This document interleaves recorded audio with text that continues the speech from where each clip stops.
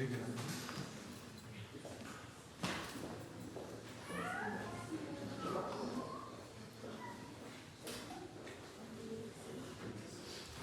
Meus irmãos, vamos abrir as nossas Bíblias no livro de Jó, capítulo de número 36. Peça sua Bíblia comigo. Jó, capítulo de número 36.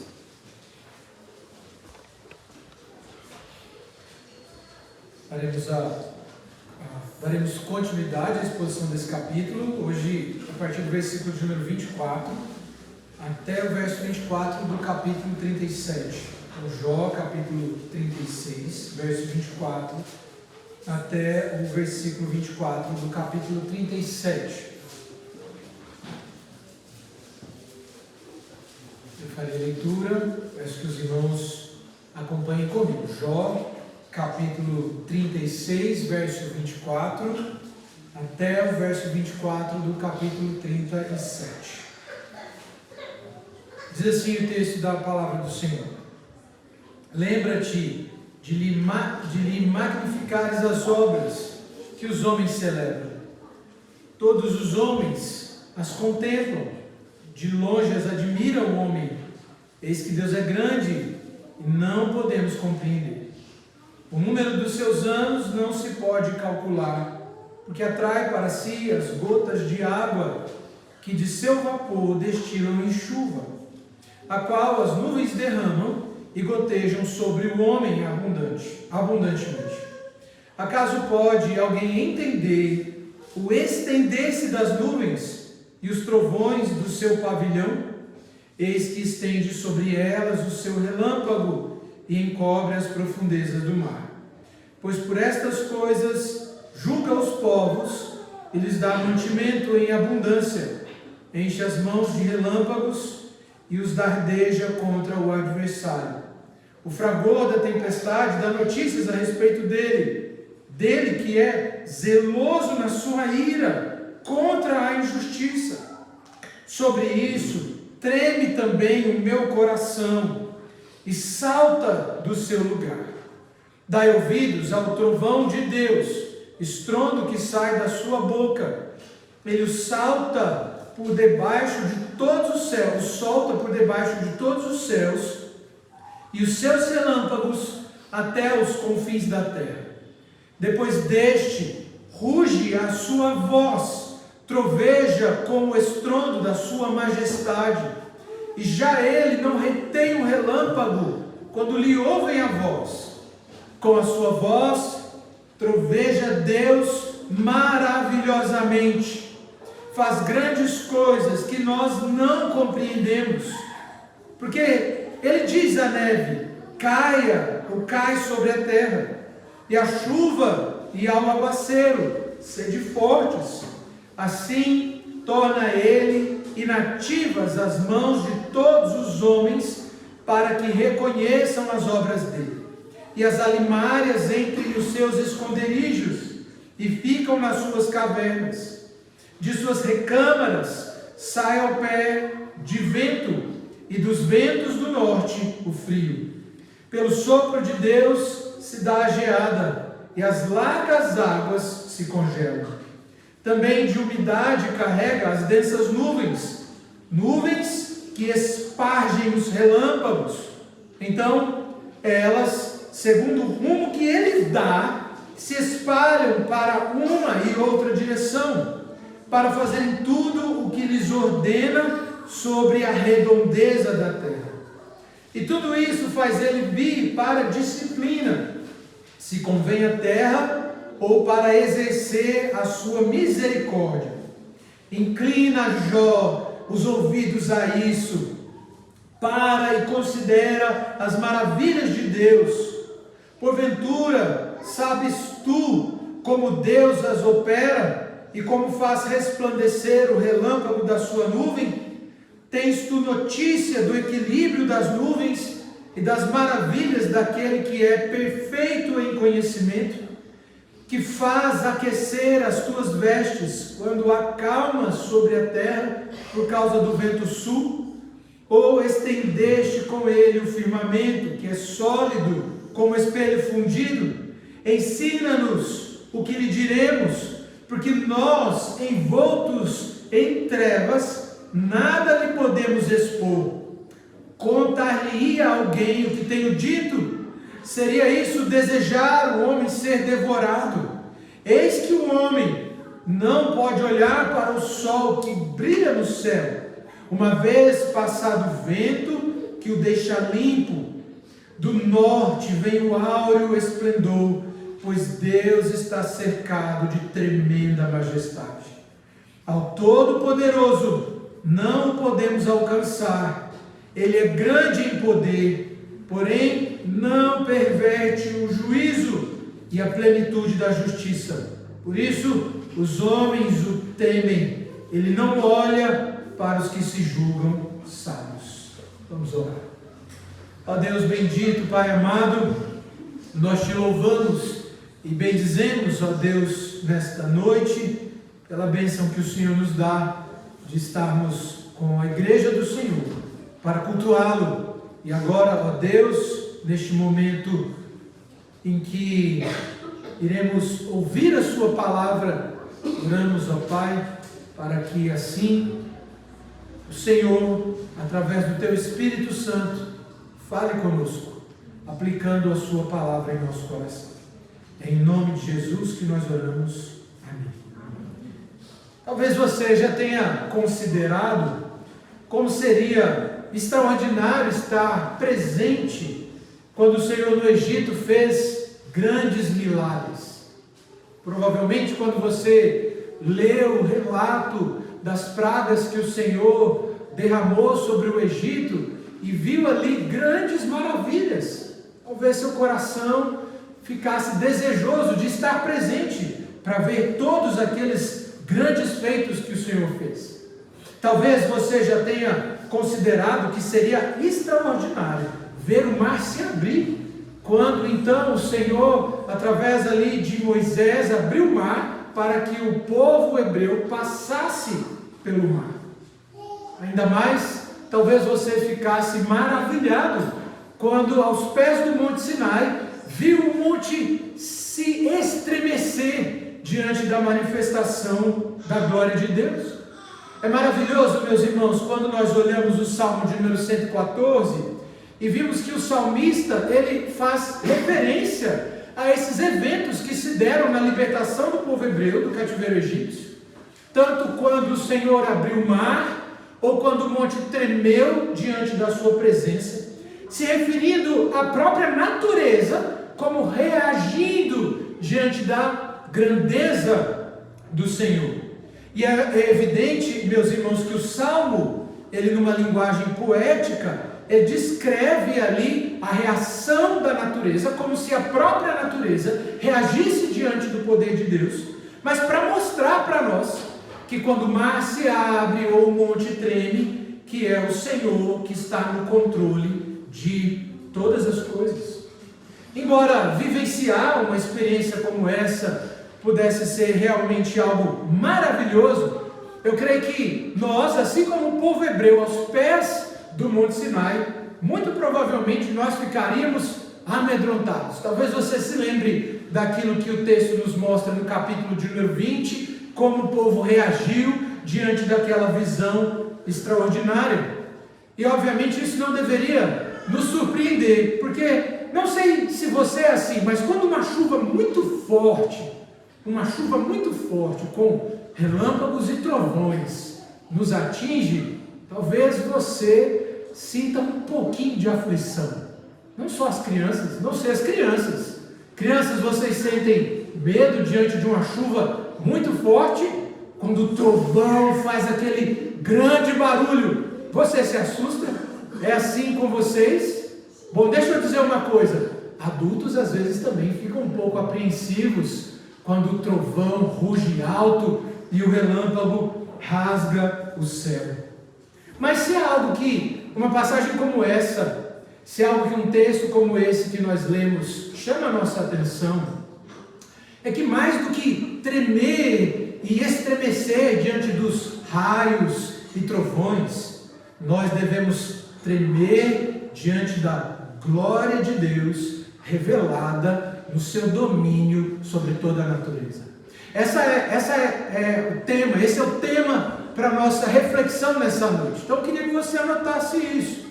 O homem deve tremer diante da glória de Deus revelada no domínio sobre a natureza. E essa grande lição, meus irmãos, nós vamos perceber aqui nessa parte final do discurso de Eliú, que se encerra agora, está prestes a se encerrar. Bom, nós sabemos, meus irmãos, que até o capítulo de número 25 do livro de Jó, ele foi duramente bombardeado pelos seus amigos. Nós estamos chegando aqui ao final de todos esses discursos, usando aqui a linguagem que Jó, inclusive, Eliú vai utilizar no capítulo de número 37. O sol está para surgir, o Senhor está para se manifestar. Depois de longos discursos dos amigos cruéis de Jó, que fizeram com que ele sofresse ainda mais, depois do discurso de Eliú, que de alguma forma, como João Batista no Novo Testamento, prepara o caminho para o Senhor, agora nós veremos o Senhor se manifestando, se revelando. Mas até aqui o que nós vimos foram os duros discursos dos amigos de Jó para com ele. No entanto, meus irmãos, a partir do capítulo de número 33, nós vemos então que um novo amigo, ou 32, perdão, um novo amigo surge. E esse amigo, então, ele é Eliú. Eliú não é como os demais amigos. Eliú não quer, de forma alguma, destruir Jó. Muito pelo contrário. Ele está, assim, indignado com os amigos de Jó e com Jó. Com os amigos de Jó, porque esses amigos, de alguma forma, mesmo não podendo responder aos argumentos de Jó, continuaram a acusá-lo. Mas com Jó, Eliú está indignado, porque de alguma forma, na medida em que Jó questiona o Senhor, na medida em que Jó questiona a providência de Deus, Jó pretende ser mais justo do que Deus. É isso que nós vemos lá no capítulo de número 32. Eliú está indignado com seus amigos por acusarem Jó, mas indignado por Jó por se julgar mais justo do que Deus. As palavras de Eliú não têm o propósito de destruir Jó. Ele não é como os demais amigos. No entanto, Eliú chama a atenção para a necessidade de que Jó responda à providência de Deus de forma humilde. Afinal, meus irmãos, quem somos nós para sondar as infinitas riquezas do conhecimento e do poder de Deus? Quem somos nós para dizer que Deus não é justo? Ele é justo e Ele está atento a cada uma das nossas circunstâncias. Afinal de contas, meus irmãos, como nós temos aprendido, Deus não apenas sabe pelo que nós passamos e se preocupa com isso de forma passiva. Antes, Ele providencia de forma soberana cada uma das circunstâncias pelas quais nós passamos, cada uma das experiências que nós vivemos.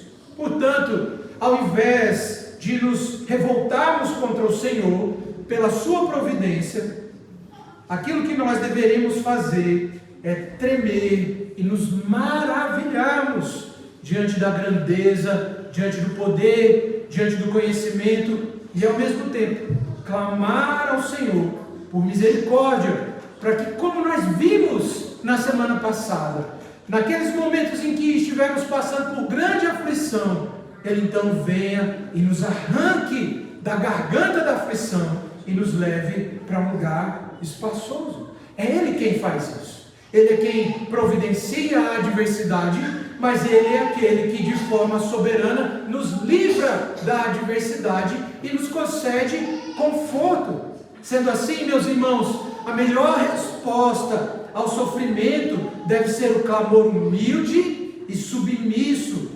E assim como nós veremos hoje, o tremor e o maravilhamento diante da grandeza e do poder de Deus.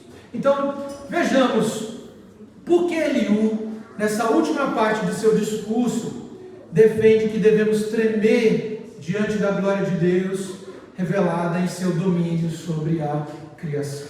Então, a primeira parte do texto, dos versículos 24 até o versículo 1 do capítulo de número 37, Eliú nos mostra que nós devemos tremer diante da glória de Deus, porque Deus é quem controla as chuvas e as tempestades.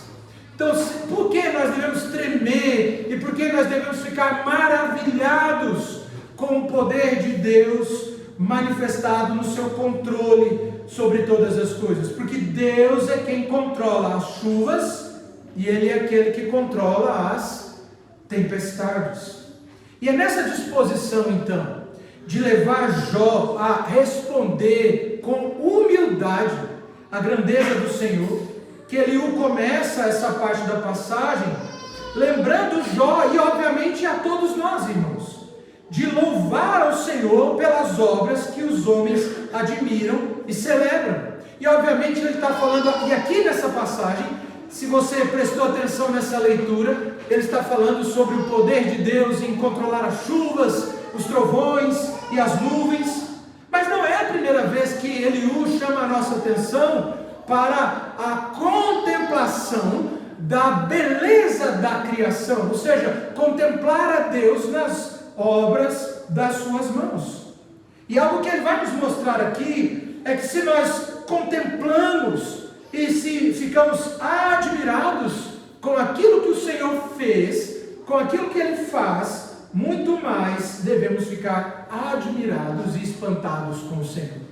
Então, quando nós olhamos a beleza da criação, ou ficamos maravilhados com os eventos climáticos, nós precisamos olhar para essas coisas na sua beleza e perceber que por trás de tudo isso existe um Deus que é muito maior e mais glorioso. Quando nós olhamos uma bela paisagem, aquilo que nós devemos ver é, por trás dessa paisagem existe um Deus que é maior, que é mais glorioso do que isso. Por trás dos eventos climáticos existe um Deus que é maior e mais poderoso do que tudo isso. Nós devemos glorificar a Deus pelas obras que Ele fez e não glorificar as obras em si mesma. E aí nós nos lembramos, irmãos, de algo que o apóstolo Paulo vai chamar a nossa atenção quando ele escreve aos Romanos, mostrando que o homem, ele passou a adorar a criatura ao invés de adorar o Criador. O sol que aquece a terra, a chuva que rega as plantas, a sombra das nuvens que nos protege do calor, tudo isso é maravilhoso, mas elas não são obras do acaso e muito menos divindades em si mesmas. Antes são obra das mãos do Criador, daquele que é maior que tudo o que foi criado.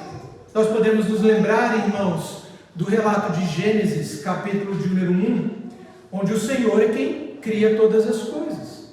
Diferente daquilo que as teorias evolucionistas, materialistas defendem, o mundo não veio a existir do nada. Ele não é o resultado de uma explosão ou de anos de evolução. Quando nós olhamos para a palavra de Deus, nós podemos perceber que tudo que existe, existe porque foi criado por Deus. Ele fez o dia e a noite, o firmamento e as águas, Ele criou os animais domésticos e os animais selváticos. Aquilo que nós contemplamos e admiramos é obra das mãos do Criador, da mente inteligente de nosso Senhor, que criou tudo para a glória do seu nome e para o bem do seu povo. Eliú, então, está chamando a atenção para o fato de que todas essas coisas procedem do Senhor. E ele faz uma afirmação importante aqui, irmãos, na passagem. Deus é grande. Ele olha para tudo aquilo que o Senhor faz, ele olha para tudo aquilo que está debaixo do controle de Deus. Então ele declara: Deus é grande e nós não podemos compreender.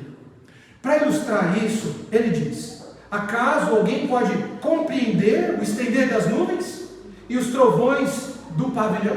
Alguém pode compreender como essas coisas se dão? E eu creio, irmãos, que há uma observação necessária aqui. Para Eliú, se o homem não é capaz de compreender essas coisas, ou seja, o estender das nuvens e os trovões, quanto mais seria ele capaz de compreender o Senhor?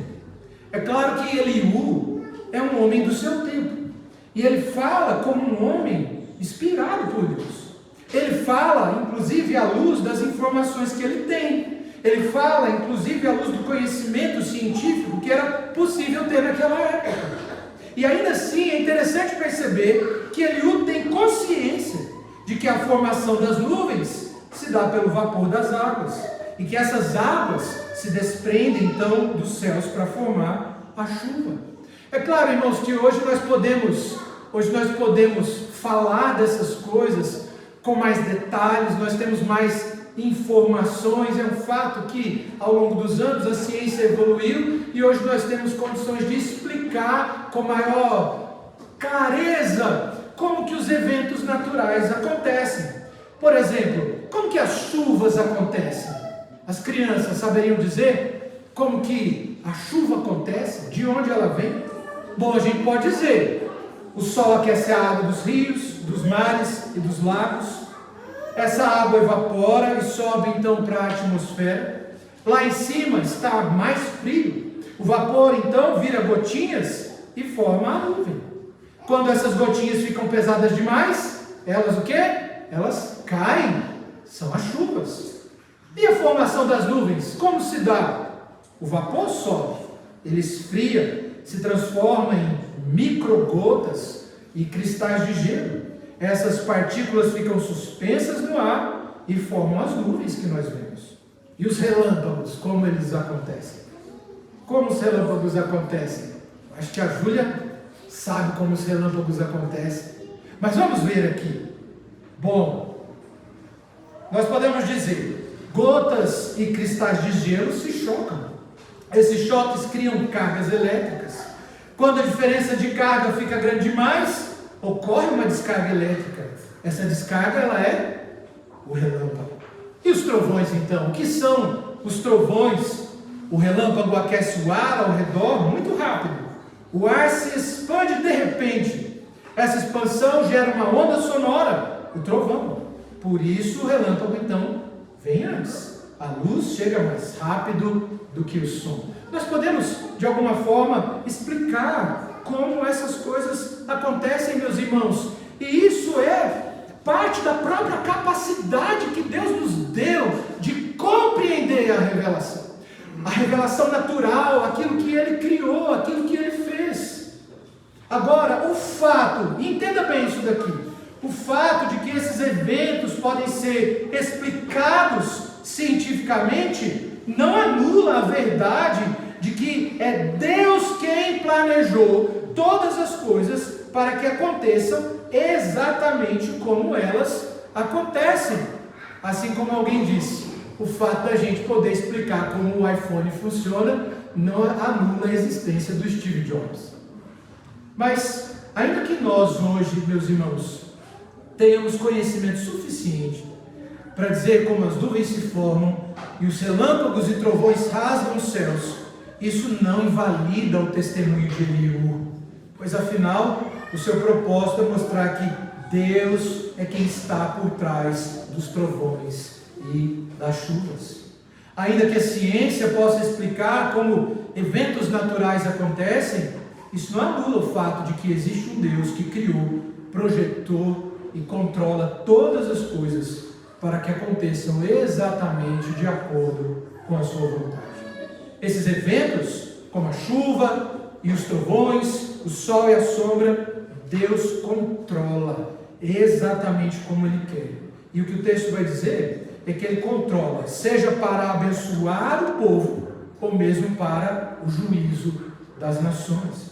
É pela chuva que cai e rega a terra que as plantações florescem e dão seu fruto.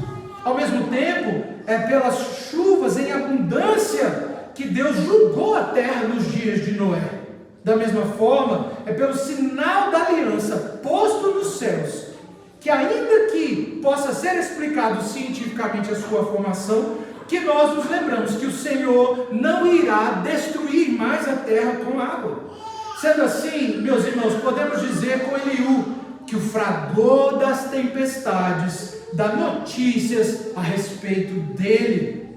Desta forma, quando a chuva cair, quando os relâmpagos rasgarem os céus e os trovões ensurdecedores nos amedrontarem, nós podemos dizer: é Deus que está no controle de todas as coisas. Todas as coisas são uma evidência do poder soberano do Senhor sobre todas as coisas, sobre a natureza, sobre os eventos climáticos. É Deus. Existe um Deus criador, e aquilo que Eliú está nos lembrando é que ele deve ser lembrado e temido. E é por isso então que o texto nessa primeira parte termina: sobre isso treme também o meu coração e salta do seu lugar.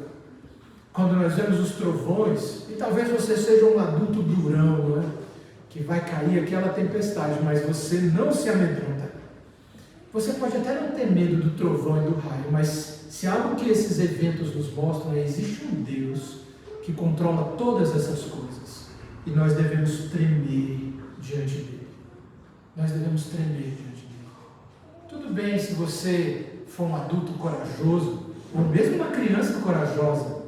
E é bom, principalmente para os meninos, que sejam corajosos mesmo.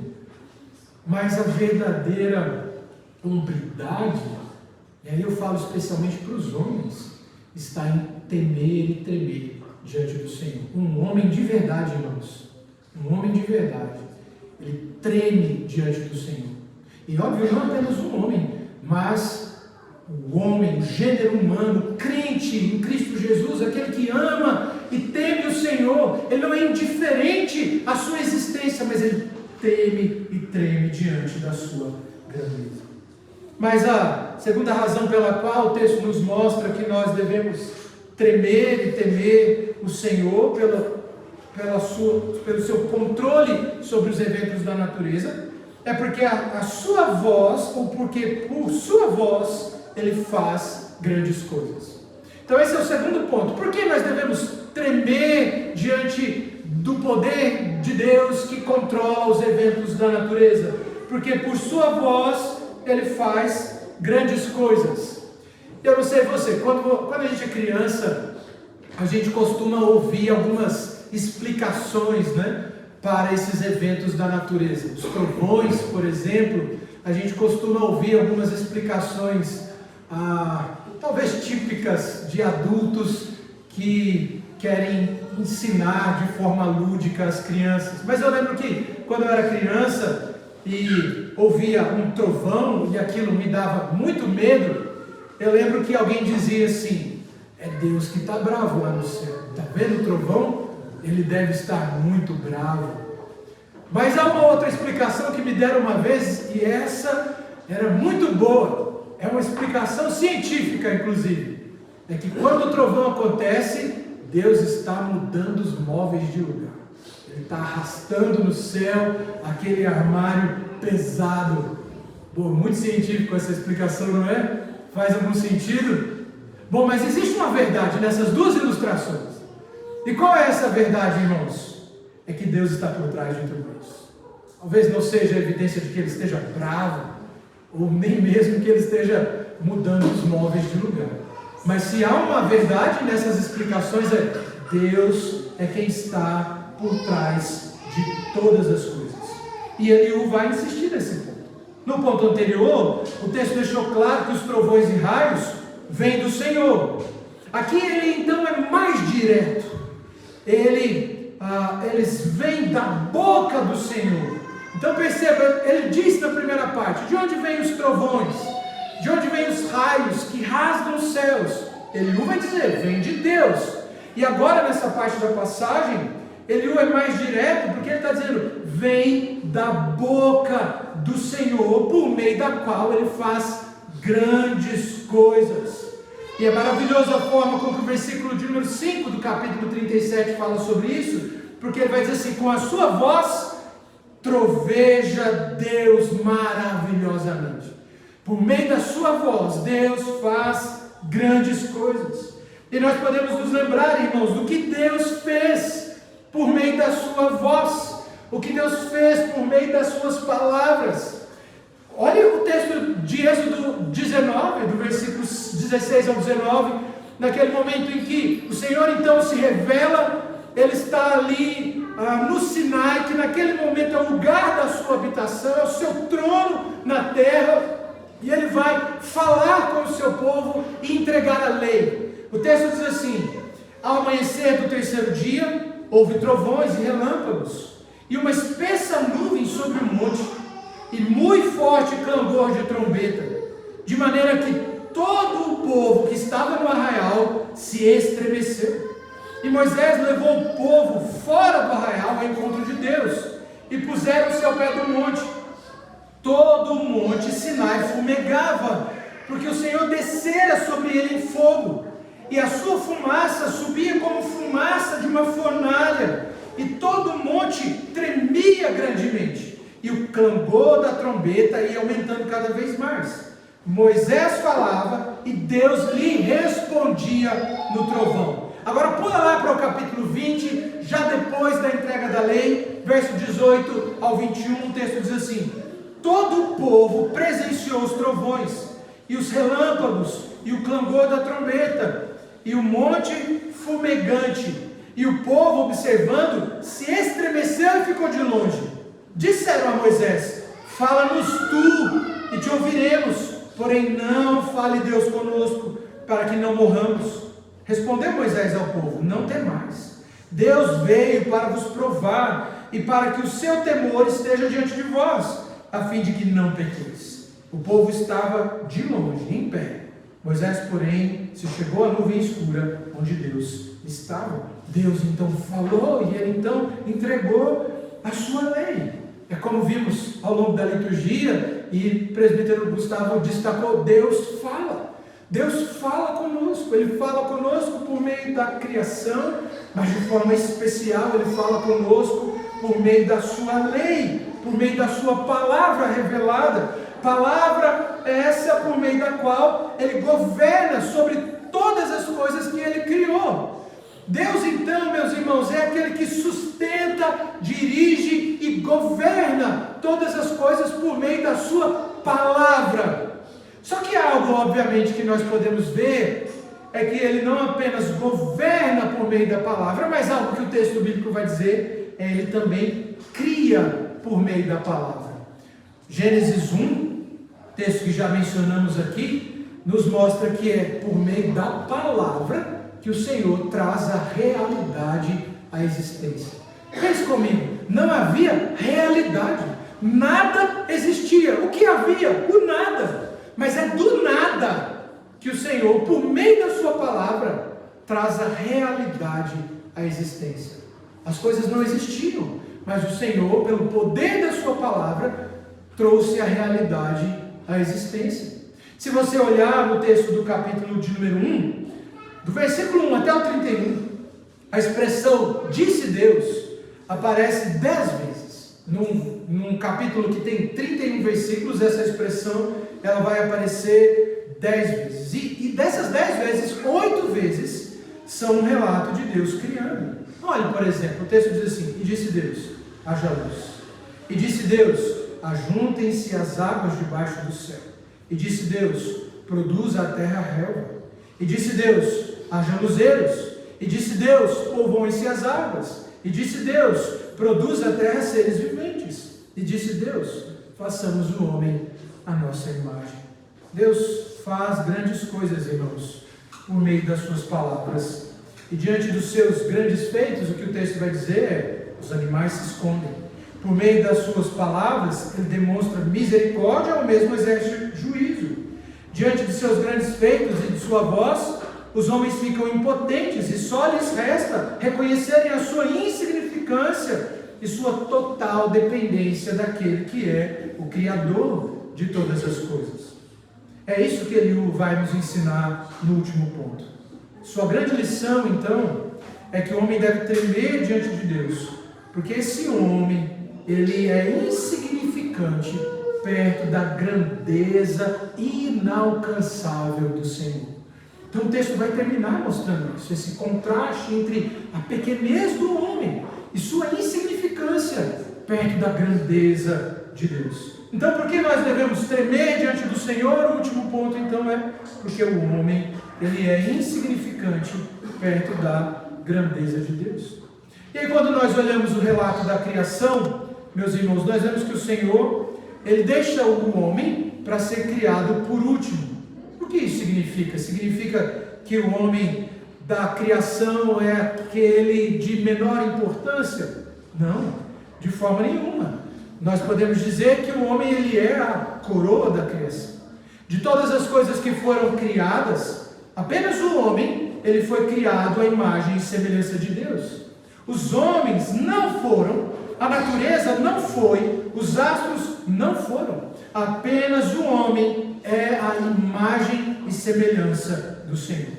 O Salmo de número 8, inclusive profetizando a vinda de Cristo, faz referência à glória com que Deus coroou o homem na criação.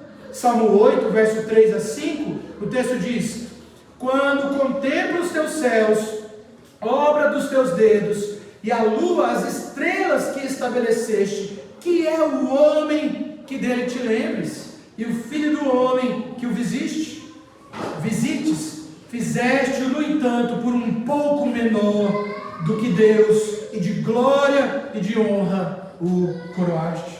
Portanto, irmãos, das obras criadas por Deus, o homem é o único ser que foi revestido de uma glória distinta das demais coisas que foram criadas. Além do próprio testemunho das Escrituras, meus irmãos, podemos dizer que a observação nos leva a reconhecer como o homem, ele é elevado acima das demais obras. Infelizmente, irmãos, por conta de uma visão secular ou materialista, ateísta a respeito do que é o homem tem sido reduzido à definição de animal que pensa. Para um materialista, o que é o homem? O homem é um animal.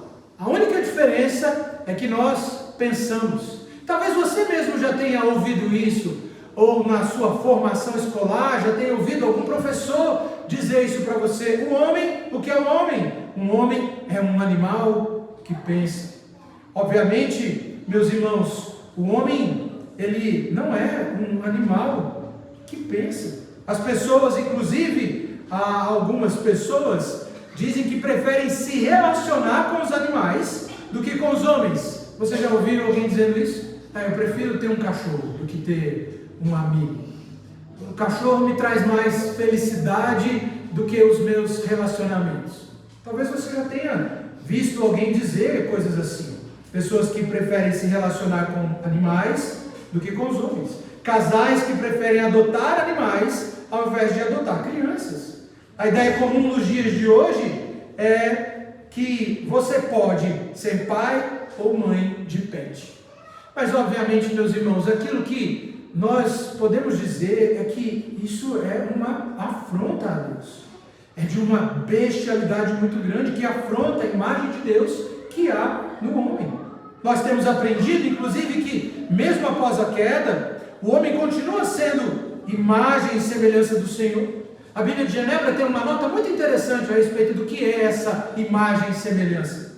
Ela vai dizer que, no sentido, o homem ainda é imagem e semelhança de Deus, no sentido estrutural, porque ele continua sendo um homem. Mas ele deixa de ser imagem e semelhança de Deus no sentido funcional depois da queda, porque ele se torna escravo do pecado. Quando o homem, então, quando nós rebaixamos o homem à categoria de um animal que pensa, nós estamos simplesmente demonstrando essa disfuncionalidade que é decorrente do pecado que nós herdamos de nossos primeiros pais. Portanto, meus irmãos, o homem, quando comparado ao restante da criação, ele deve ser reconhecido como a glória da criação. No entanto, quando comparado com o Senhor, esse é o ponto. Nós estamos mostrando como que o homem em si, como criado em imagem e semelhança de Deus, Ele é a coroa e a glória da criação. Ele não é apenas um animal que pensa, mas ele é um ser criado à imagem e semelhança do Senhor, o nosso Deus. A grande questão, meus irmãos, é que quando nós comparamos o homem com o Senhor, então nós precisamos reconhecer que nós somos insignificantes, pois o Senhor, Ele é infinitamente maior e superior. Eliú quer que Jó considere isso. Ele quer que Jó pare e reflita sobre essa grandeza. Deus, Ele é infinitamente maior do que o homem. Ele segue então fazendo perguntas retóricas, para as quais a pergunta é claramente um retumbante não. Quais são essas perguntas? Você sabe como Deus controla as nuvens? Você sabe como Deus controla os relâmpagos? Como Ele aquece as vestes quando acalma sobre a terra por causa do vento sul? E mesmo quando o Senhor se revelar, assim como o sol que brilha após as nuvens se dissiparem, após uma tempestade, ainda assim, seu conhecimento ainda não poderá ser alcançado. E é nesse sentido, então, que ele vai nos ensinar que Deus é inatingível e incompreensível. E é a segunda vez, meus irmãos, aqui no capítulo 37, no versículo de número 33, que Eliú faz referência ao fato de que Deus, ele é incompreensível. E é importante destacar aqui a diferença que existe entre ser incompreensível e a diferença que existe entre ser incognoscível ou incognoscível, ou seja, que não se pode conhecer. Nós podemos conhecer a Deus, Deus pode ser conhecido, e nós podemos conhecer a Deus na sua revelação, de forma especial nas Escrituras, mas ainda assim nós não podemos compreendê-lo. Por que não podemos compreendê-lo? De fato, existem coisas que, ainda que foram reveladas para nós, permanecem obscuras. Mas por que nós não podemos compreendê-lo, meus irmãos? Porque nós estamos falando de um ser que ele é infinito. E como pode um ser infinito caber dentro de uma mente finita e pequena? É impossível, então, para uma mente finita compreender uma mente infinita. É nesse sentido, então, que ele está chamando a nossa atenção para o fato de que Deus é um ser que não se pode compreender, para destacar a sua grandeza em relação ao homem, mas ainda assim, a despeito de toda a sua grandeza, a despeito de toda a sua glória, a despeito de ser ele incompreensível, aquilo que Eliú tem nos mostrado é que ainda assim ele se preocupa conosco, ainda assim ele está atento às nossas necessidades, ainda assim ele exerce a justiça sobre o homem. Eu queria, portanto, irmãos, caminhar para o encerramento da nossa exposição nessa noite com algumas considerações e algumas aplicações que eu creio que sejam importantes para nós. A primeira delas é que um ponto importante de uma passagem como essa é a compreensão de que nós devemos submeter a ciência ao crivo da palavra de Deus. É claro que nós não somos anti-ciência, muito pelo contrário, a nossa fé ela não é irracional, a nossa fé é uma fé que pensa. Tem um livro muito sugestivo do John Stott com o título Crer é também pensar. Nós podemos dizer que a nossa fé ela é razoável. Nós olhamos para a ciência e vemos que existem evidências na ciência de que aquilo que a Escritura narra acerca de Deus é verdade. Nós olhamos para a arqueologia e vemos que a arqueologia apresenta evidências de que a palavra de Deus ela é verdade. Nós olhamos para as narrativas históricas e as evidências externas das Escrituras e vemos que elas corroboram para o fato de que aquilo que nós estamos ensinando aqui, de que os fatos narrados no texto das Escrituras, eles são verdadeiros. Mas ainda assim, meus irmãos, o que nós precisamos entender é que nós não podemos e nem precisamos depender da ciência para crer na palavra de Deus.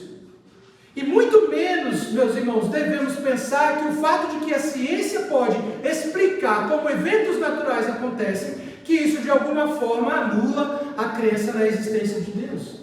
A única coisa que a ciência prova quando explica um evento natural é que esse evento tem explicação. Mas de forma alguma ela prova que Deus não existe. Aquilo que nós precisamos, portanto, meus irmãos, é submeter a ciência ao crivo das Escrituras. Eu reitero, nós não somos anti-ciência. Muito pelo contrário, grandes cientistas do passado eram cristãos.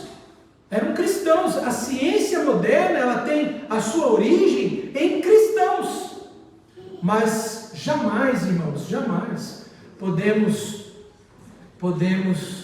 submeter a nossa fé ao crivo da ciência. A nossa fé deve estar submetida ao crivo da palavra de Deus. E a própria ciência deve passar pelo crivo das Escrituras. Mas uma segunda aplicação que eu gostaria de fazer, à luz do texto que nós vimos, é que diante dessa grandeza de Deus que é revelada na sua palavra, que é revelada na natureza, que é revelada no seu controle sobre as tempestades, diante da grandeza de Deus que é revelada sobre o seu controle das circunstâncias, como deve então ser a nossa resposta? Como nós devemos responder a esse Deus que é grande, que comparado ao homem é infinitamente maior, é infinitamente superior? Como nós devemos responder? Qual deve ser a nossa resposta diante desse Deus que pode ser conhecido, mas que não pode ser compreendido, que se revela a nós e que se relaciona conosco, mas ao mesmo tempo é transcendente? A nossa resposta, evidentemente, meus irmãos, deve ser um clamor humilde e reverente. É assim que nós devemos responder a esse Deus que controla e que é soberano sobre todas as coisas, clamando a Ele de forma humilde e reverente, com temor e com tremor. Mas, por fim, a última aplicação que eu gostaria de fazer nos chama a atenção para aquilo que o texto vai dizer em relação às grandes coisas que Deus faz por meio da sua palavra. Nós vimos que pela sua palavra o Senhor trouxe a realidade à existência. Pela sua palavra o Senhor entregou a lei por meio da qual Ele governa o seu povo. Mas é pela sua palavra, meus irmãos, que o Senhor redime o seu povo. E aquilo que nós vemos no texto das Escrituras é que essa palavra de Deus, por meio da qual Ele faz grandes coisas, se revela plenamente na pessoa de Cristo Jesus.